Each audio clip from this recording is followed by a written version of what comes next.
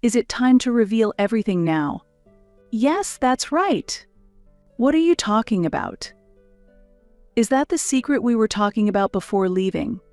Exactly. Don't you think you are just extra baggage in our lives? That's why we decided to sort out the unnecessary baggage. What? I don't really understand. Wait a minute. Take care then. Overcome the obstacles and live well. After throwing the bag out of the car window, my parents' car drove away. I was born with a disability and use a wheelchair. Unable to do anything, all I could do was wait for my grandmother, whom I was supposed to meet here. 2 hours passed, and as it got dark around me, I trembled with fear.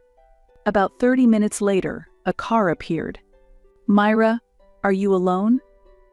I haven't heard anything from Michelle. What happened? Grandma.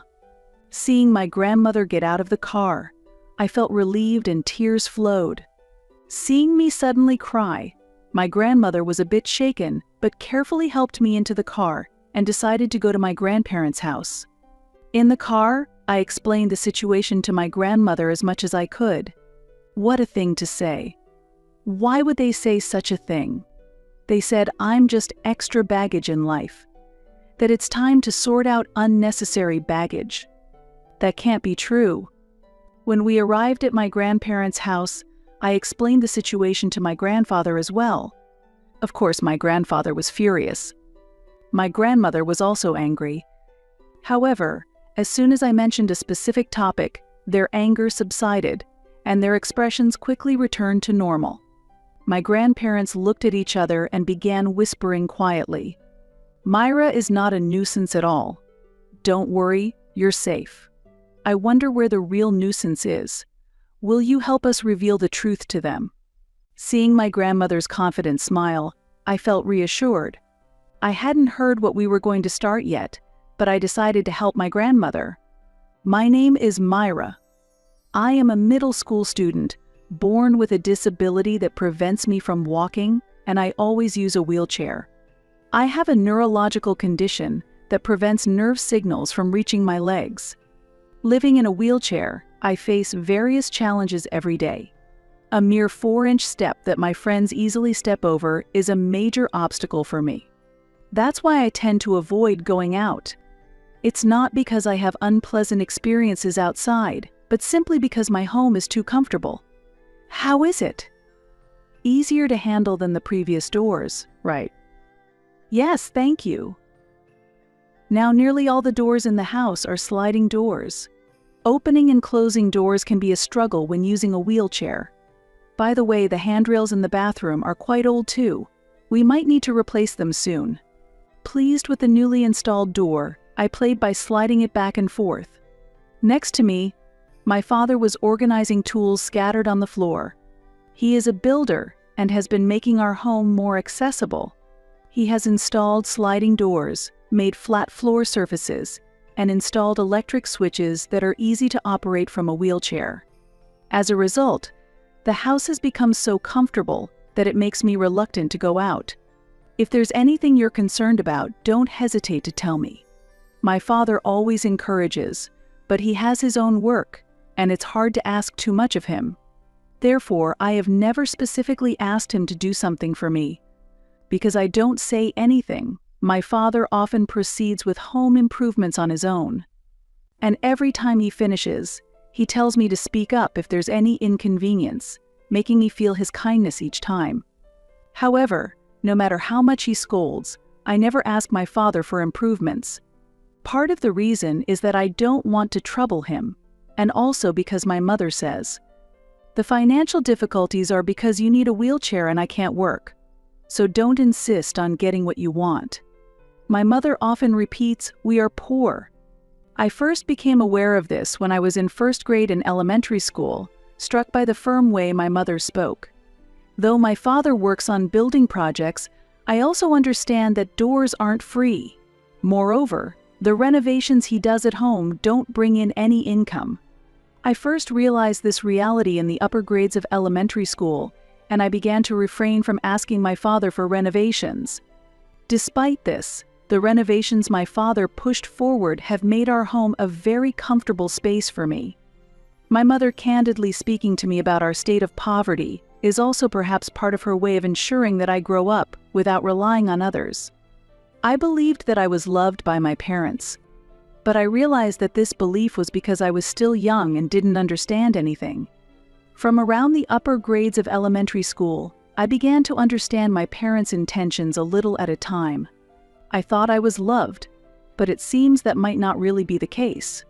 I'll load this baggage here, so please handle that one. Tick. This is always heavy and troublesome. I'm sorry. After shopping at the mall, my mother packed the purchases into the trunk, while my father helped me into the car. To my parents, I was just another piece of baggage, like groceries or daily necessities. Sitting in the car, I disliked looking at my legs and turned my gaze outside. I didn't want to be treated as baggage, but I couldn't argue because I kept causing trouble. At home, I'm treated as a nuisance by my parents. Why are you in the hallway? You're in the way, it's too narrow here. I was just trying to go to the bathroom. Bad timing. I always tell you to check where we are and act so you don't bother us. I'm sorry. Every time you move, you're in the way. I keep telling you to stay quietly in the corner of the living room. You're such a bothersome baggage. A stationary cardboard box would be easier to handle. Despite wanting to go to the bathroom, I was cornered into the living room by my mother. Having to wait to go to the bathroom to avoid being called troublesome baggage again, I decided to distract myself by focusing on a TV show I wasn't even interested in. Understanding everything isn't always a good thing. As I reached the upper grades of elementary school, I began to see my parents' true feelings. At that age, their cold words were too much for me to bear. Every time I was treated like baggage by my parents, it hurt. But as a grade schooler, I couldn't live without the help of my parents. Gradually, I started to gauge my parents' moods and tried to be as little of a nuisance as possible. Are you not going anywhere again today? Yeah, I'll just watch TV at home. That's a relief. I watched my parents leave for shopping from the doorway. They usually return around the time the evening drama ends. Not wanting to be seen as a bother, I started avoiding going out with my parents and stayed home more. When I decided not to accompany them, my parents would smile brightly. Seeing their smiles, I felt useful and would smile back. Looking back, my mindset at the time was quite distorted. For me, not being a nuisance was the top priority, and I mistakenly believed that my parents' smiles were the result of my efforts. I was satisfied with my efforts, but in the 6th grade, a small incident occurred that seemed to undo everything. Do you use a wheelchair at home too, Myra? Yeah, I do. But you know, my dad has made the house comfortable for a wheelchair, so I don't need help from everyone like at school. I'm totally fine staying home alone. As the grades progressed, my class changed in elementary school. Some kids weren't interested in my wheelchair, but during breaks, more people started to gather around. This became a new routine after the class change, and I was already accustomed to it. At this time, it seems I said something inappropriate to a friend. My friend relayed to a teacher how I was managing being home alone, which resulted in a call from the teacher to our home. If a 6th grader can't handle staying home alone, why should the school interfere? Exactly. Why did you talk about staying alone? It's caused trouble. I'm sorry. It seems my parents were warned by a teacher that it's dangerous for a grade school child to be left alone at home late at night. As a result, I was no longer allowed to stay home alone, becoming a burden to my parents once again. However, as an alternative to me staying home alone, my mother gave me a new directive. Go to an after-school day service program. What's that? My mother showed me a brochure for the facility. The brochure featured photos of children my age intensely engaged in studying or crafting something. The after-school day service seemed to be a facility that provides essential life skills and opportunities for social interaction. Simply put, it's like a version of a childcare program or a day service for seniors, but tailored for individuals with disabilities. Honestly, it's expensive and it's a burden to send you there. But as long as you use a wheelchair, your father and I can't support you forever. That's why I want you to make friends there, engage with others, and receive training so you can live independently in society. If I had been in the lower grades of elementary school, I might have felt that my mother was showing love. But now, in the 6th grade, I could somewhat understand the underlying meaning of her words. She probably just didn't want to keep me at home since I was a burden. Okay, I'll go to the facility after school and on weekends. Thank you for understanding. It really helps. Children understand and think more deeply than adults often realize. I pretended not to notice the real reason behind my mother's decision and continued to act as if I was unaware. My mother didn't realize I was acting and believed her words made me happy. Seeing my mother smiling, I felt a joy that I probably shouldn't have felt. A year after I started attending the facility, my parents seemed to be in better spirits more often. With me spending less time at home, I had become less of a burden to them, making their life seemingly more comfortable. Regardless of the reason, I started to feel okay with the situation as I was treated less like a burden by my parents. However, one day, my mother unexpectedly said to me, "You don't need to go to the facility anymore." Really? You're already a middle school student, and staying home alone shouldn't be a problem. I had already been attending the facility for a year, where I made friends. I started going there reluctantly on my mother's orders, but since I was often treated as a nuisance at home, the facility had become an important place for me. I would like to continue going there if possible. Okay, I won't go to the facility anymore. But I couldn't defy my mother, so I reluctantly accepted. As I stopped going to the facility, I ended up spending more time at home. Stay in the corner of the room, because you're in the way. I felt increasingly treated as a nuisance at home. I sometimes wished I could go back to the facility. I decided to subtly ask my mother if I could return. I got used to studying at the facility, and I can't concentrate at home. Isn't a place to study the same anywhere? I wonder what my friends at the facility are doing now. Why don't you contact them? You exchanged contact details, right? If not, you could call the facility and ask. From my mother's reaction, it seemed she was not considering letting me go back to the facility. Unusually, I expressed my dissatisfaction with her response. A few months later, my mother seemed to notice my sullen face and suddenly made a pleasant suggestion. "Myra, why don't you go out with your father and me today?" "Really? Where are we going?" "It's a surprise for when we get there." At that moment, I felt like this was the happiest event in all of my 13 years. A heavy bag stuffed with something was placed on my lap in the car. "What's inside this?" "Oh, no opening it yet. It's part of the fun when we arrive." "Sorry. I won't open it so you can relax." The moment I tried to open the bag, my father, who was driving, suddenly turned around and stopped me loudly. Startled by my father's loud voice, I quickly apologized. As the car started moving, I excitedly enjoyed the scenery outside the window, wondering where we were going. After about an hour of driving, I realized we were heading to my maternal grandparents' house. We only see my grandparents once a year, and it had been about 3 years since our last visit, so my excitement grew even more. The road to my grandparents' house required crossing a mountain, and there was a rest stop with a large parking area where a small store was set up along the mountain road. Feeling tired from driving, my father decided to stop at the rest area, and he guided me out of the car. While buying juice at the store, it seemed like my parents were discussing something. "Mom just got a sudden urgent matter, and it looks like we'll be quite late." "That's troublesome. I wanted to get back early." "We're going to Grandma's house, right? Are we meeting up here?" "Oh, Myra, you're back already." Don't startle me like that. When I addressed my parents, they momentarily showed a surprised expression but quickly returned to a serious face and said something shocking. "Is it time to reveal everything now?" "Yes, that's right." "What are you talking about? Is it that secret you were talking about before we left?" "Exactly." Don't you think you're just extra baggage in our lives? That's why we've decided it's time to sort out the unnecessary baggage. What? What are you saying? Wait a minute.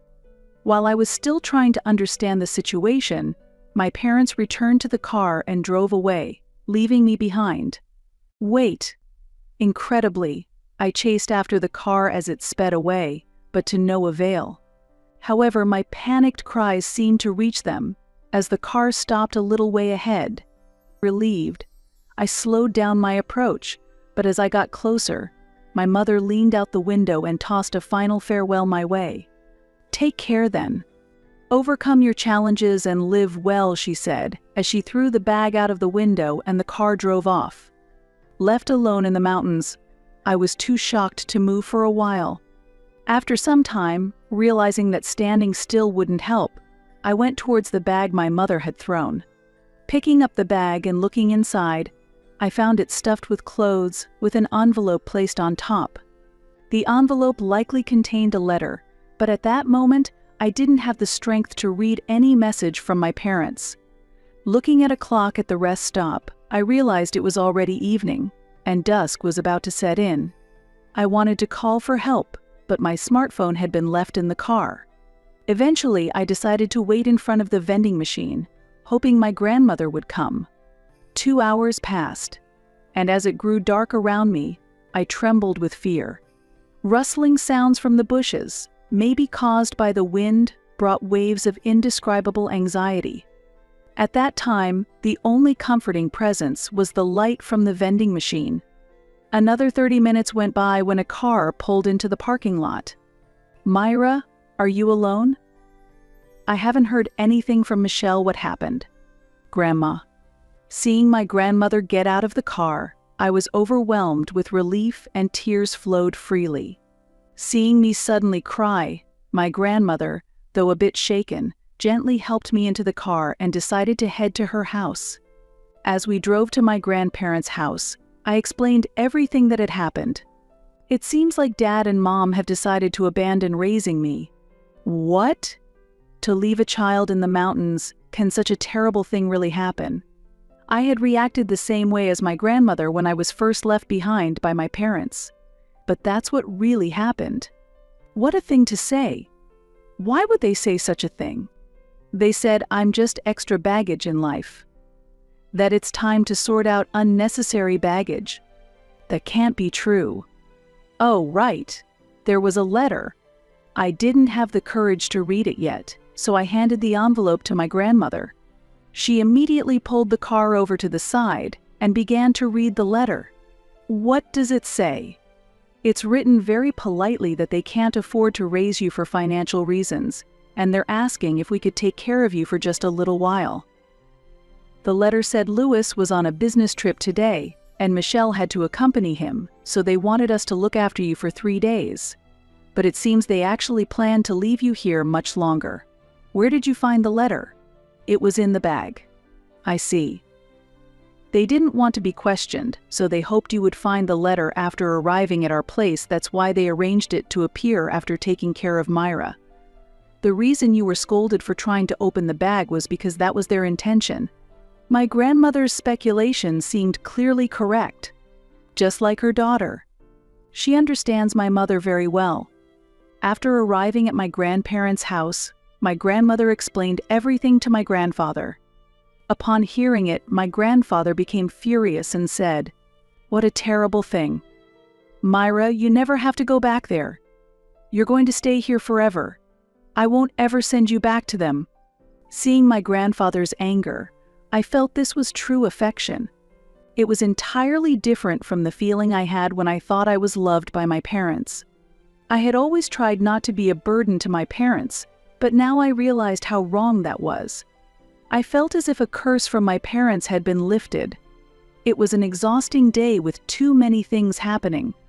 After arriving at my grandparents' house, I went to sleep without even eating dinner. The next night, feeling a bit calmer, I talked to my grandparents about my life with my parents. Being called baggage wasn't the first time yesterday. Why would they say such a terrible thing?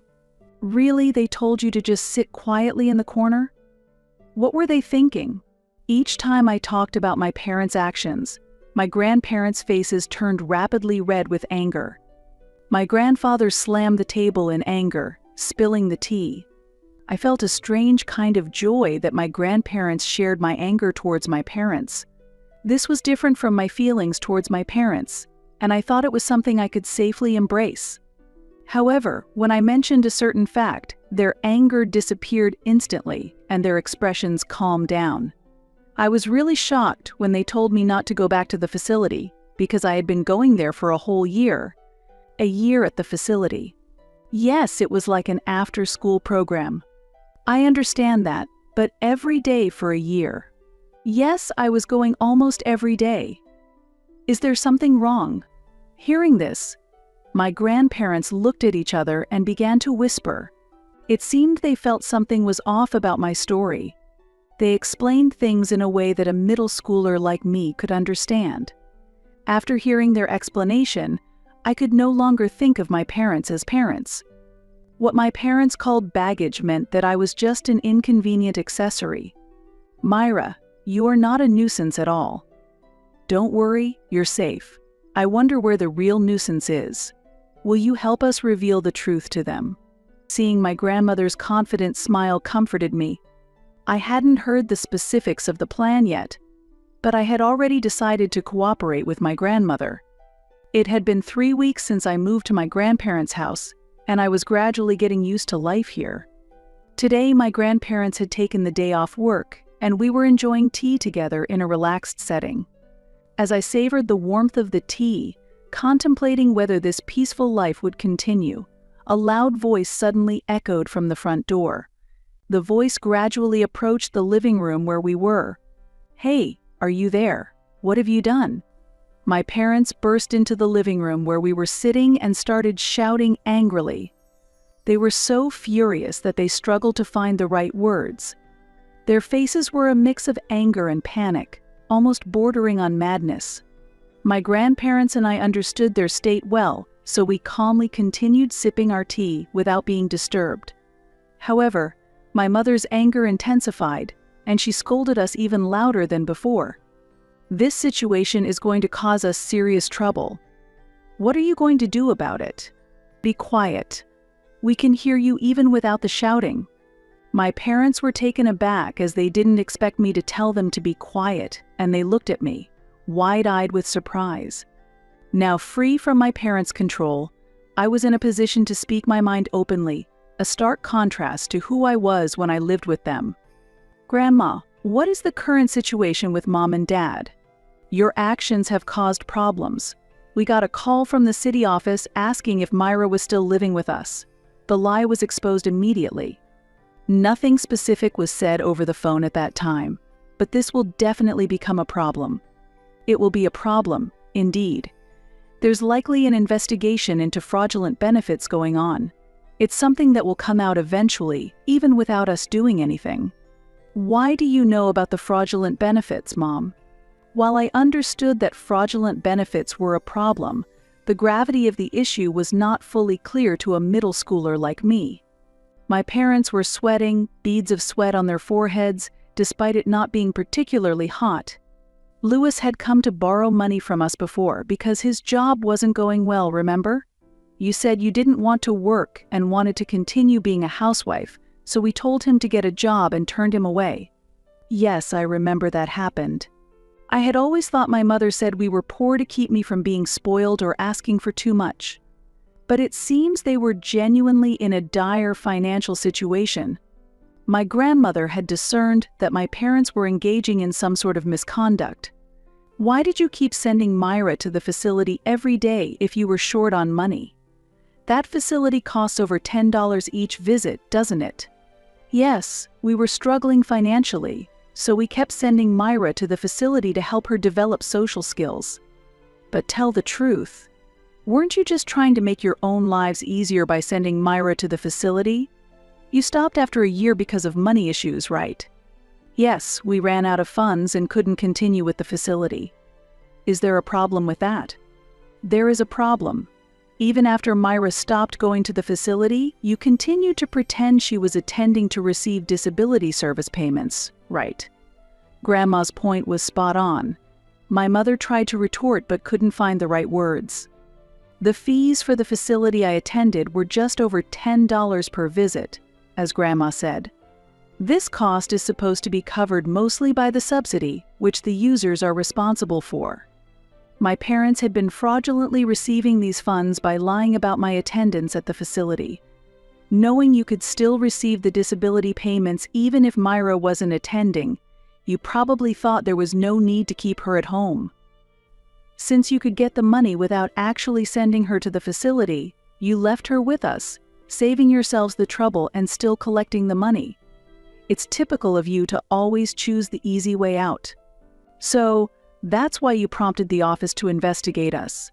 Not directly, no. I just went to the local office and reported Myra, who is supposed to be living with her parents, is actually here with us as a result.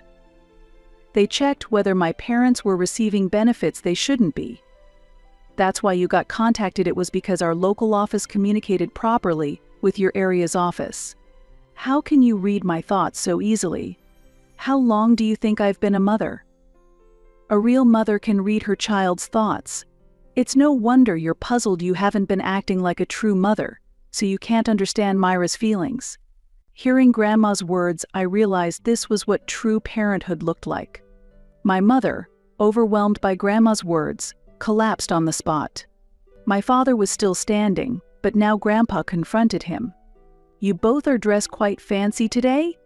Michelle is carrying an expensive bag, and Louis, that watch looks quite nice too. Did you buy those with the money from the fraudulent benefits?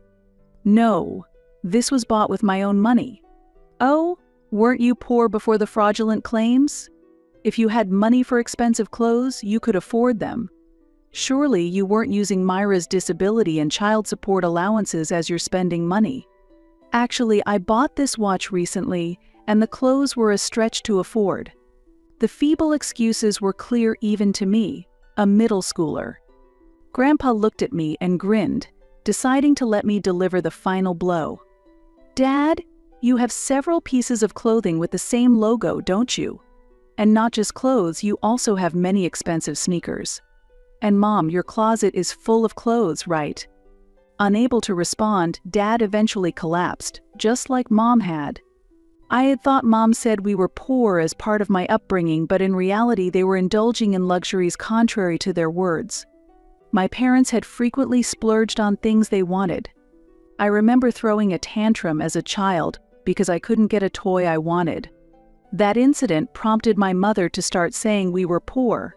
So, I never doubted that it was a form of education meant to curb my selfishness and dependency.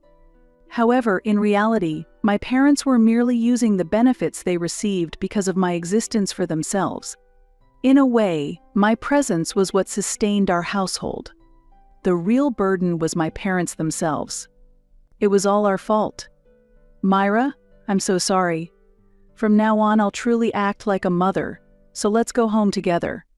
My mother apologized to me with tears in her eyes, seemingly having a change of heart. If it were the old me, I might have been deceived and believed her words. So, you think if we go to the office together and testify that we're living together without any problems, the investigation might be halted, and we might be saved by that last hope? How do you have such solid knowledge as a middle schooler? I thought you would just obey as usual. Actually, I hadn't thought deeply on my own. It was thanks to Grandma's warning. Be aware that your parents might try to take you back under some pretext, especially if they ask you to accompany them to the office. There might be a scheme behind it. I've already told the office everything necessary, so I don't see any reason to go with you anymore. Even if I'm asked, I will stick to the facts and not change my story. Help us out. If you come along, maybe there's a way we can be saved. Are you really going to abandon your parents? You're heartless. Enough already. Are you asking Myra to help with your fraudulent claims? After leaving Myra in the mountains, you only seek help when you're in trouble. Isn't that too audacious? My grandparents were furious at my parents and tried to drive them out of the house. However, my parents were young and not easily moved by my elderly grandparents alone. Being in a wheelchair, I couldn't physically assist my grandparents, so I just supported them with a cold stare. Noticing my gaze, my parents suddenly calmed down and left my grandparents' home. After my parents had gone, my grandparents and I enjoyed a newly brewed cup of tea and resumed our peaceful weekend. Ultimately, my parents were arrested for fraudulently receiving benefits. Further investigation also revealed they had been misusing grants. My father had been renovating our home to make it more accessible for me, and most of these costs were supposed to be covered by grants, up to 2/3. It was discovered that he had inflated the actual costs in the construction projects through his construction business and used the extra grant money for personal expenses. I had believed my father was diligently making our home better, but it turned out he was just earning extra money. The total amount of money fraudulently obtained was about $50,000. Fraudulent benefit receipt is considered a fraud, and I was told that not repaying this money could lead to criminal charges. While I struggle to comprehend the magnitude of this amount, it represents a significant sum for my financially struggling parents. They managed to gather the money and completed the repayment, but it was borrowed, so they still owe a large sum. Although the money was repaid, the crime remains. They avoided prison but were given probation, which means there is still a risk of incarceration in the future. I had thought only people in prison were called criminals, but since they received a guilty verdict, my grandmother explained that my parents are officially recognized as criminals.